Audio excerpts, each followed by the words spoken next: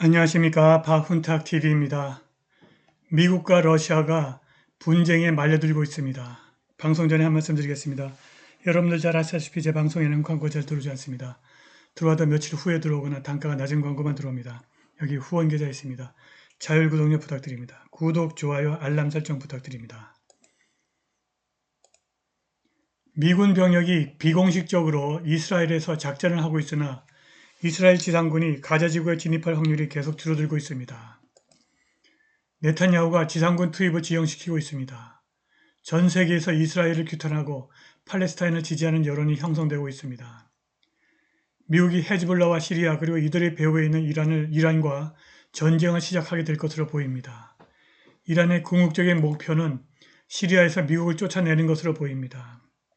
미국은 시리아에서 내전을 일으켰고 석유를 비롯한 자원을 무단으로 탈취하고 있습니다. 이란이 이러한 상황의 종식을 위해서 오랫동안 준비한 것 같고 그 일환으로 하마스를 훈련시킨 것으로 보입니다. 이라크와 시리아에 있는 미군 전초기지에 대한 공격이 주말 동안 계속됐습니다. 알 마야딘 뉴스와 기타 지역 매체들은 토요일과 일요일에 이란의 지원을 받는 민병대의 공격이 여러 차례 있었다고 보도했습니다. 러시아 관영 매체 RT는 이번 공격에 대해서 보도하면서 최근 미 국방부의 시리아 공습이 민병대를 저지하려는 실패한 시도라고 썼습니다. 시아파 준군사연합군의 성명을 통해서 이라크 내부에 있는 이슬람 저항 세력 무자헤딘이 드론 2대를 이용해서 시리아 알탄프에 있는 미국의 기지를 표적으로 삼았고 목표물을 직접 타격했다고 밝혔습니다. 그들은 이라크 국경을 넘어 시리아까지 공격을 감행했습니다. 보도에 따르면 시리아 동부의 알-샤다디 기지도 드론 2대의 공격을 받았고 알-오마르 기지와 유전도 공격을 받았습니다. 후자는 미국의 공습이 있은 지 불과 몇 시간 만에 공격을 받은 것으로 알려졌습니다.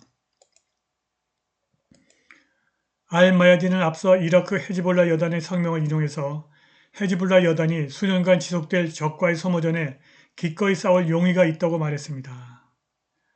AP통신은 미국 공식 성명을 토대로 공군 중장 팻 라이더 장군을 인용해서 F-16과 F-15 전투기가 북하말 인근에서 이란 혁명수비대와 관련된 단체가 사용하는 무기 저장 시설과 탄약 저장 시설을 공격했다면서 두 시설 모두 파괴됐고 현재까지 이번 공습으로 인한 사상자는 없는 것으로 평가된다고 보도했습니다. 로이드 오스틴 미 국방장관은 이러한 정밀 자위 공격은 이란의 지원을 받는 민병대가 이라크와 시리아에 있는 미군을 대상으로 진행 중인 일련의 공격에 대한 대응이라고 밝혔습니다. 오스틴은 이란이 손을 숨기고 우리 군대에 대한 이번 공격에서 자신의 역할을 부인하고 싶어 한다. 우리는 그들을 허용하지 않을 것이다. 미국에 대한 이란의 대리 공격이 계속된다면 우리는 우리 국민을 보호하기 위해서 필요한 추가 조치를 주저하지 않을 것이라고 덧붙였습니다. 그러나 로켓과 드론 공격이 주말까지 계속된 점을 고려하면 미국의 이번 공격이 원하는 억제 효과를 얻지 못했다는 것이 분명해졌습니다. 이스라엘이 가자 지구에 대한 지속적인 지상 공격을 돕기 위한 강화된 드론 공격을 포함하여 동부 지정해를 따라 미국 정찰기 출격이 증가하고 있습니다. 이란은 시리아에서 미국이 물러날 때까지 미국에 대한 공격을 계속 지원할 것으로 보입니다. 러시아에서 분노한 반이스라엘 팔레스타인 시위대가 텔아비브에서 출발한 비행기에 탑승한 유대인 승객을 찾기 위해서 공항을 습격했습니다. 일요일 다게스탄 공화국의 마하치 칼라시의 한 공항이 폭도들이 반이스라엘 구호를 외치면서 활주로에 몰려들어 폐쇄되었습니다. 러시아 항공당국에 따르면 시위대와 충돌이 계속되면서 마하치 칼라로 향하는 모든 항공기가 방향을 바꾸었습니다. 이스라엘 공영방송공사의 기자 아미차이 스테인은 시위가 진행되는 동안 유대인과 이스라엘 그룹이 공항에서 격리됐다고 말했습니다. 시위자들이 알라후 아크바르와 반유대주의 슬로건을 외치는 소리가 들렸습니다.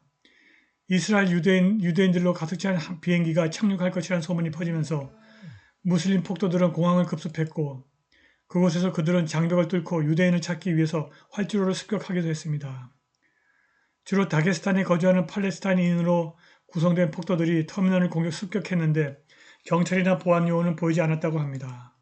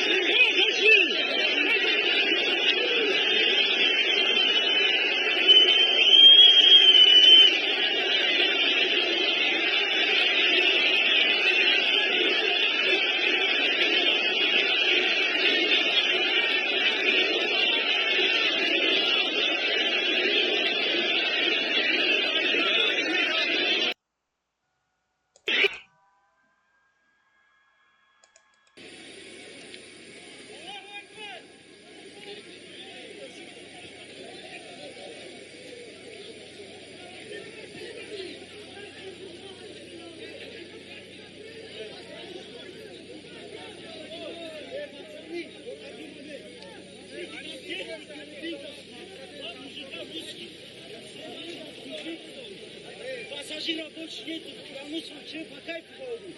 Я что, не мусульман, я не... А где они? Всех высадили? А где они? Да, я вам честно А говорю. где они? 이스라엘 타임스는 다게스탄의 인구는 압도적으로 이슬람교도라고 지적했습니다.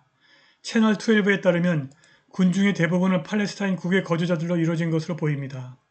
공항 활주로로 달려간 한 무리 사람들은 비행기를 에워쌌고 날개 위로 뛰어올랐다고 친크레물린 신문 이즈베스치아가 보도했습니다.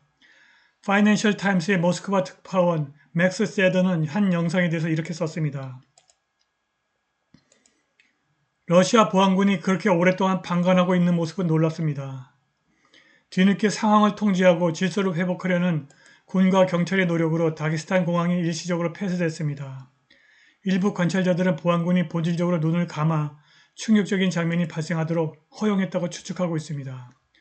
국제공항의 전형적인 높은 보안 특성을 보류할 때 폭도들이 모든 보안 검색대를 쉽게 뚫고 터미널과 활주로를 모두 압도했다는 점은 참으로 놀라운 일입니다.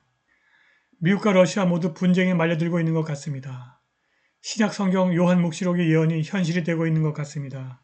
오늘 방송은 여기까지입니다. 감사합니다.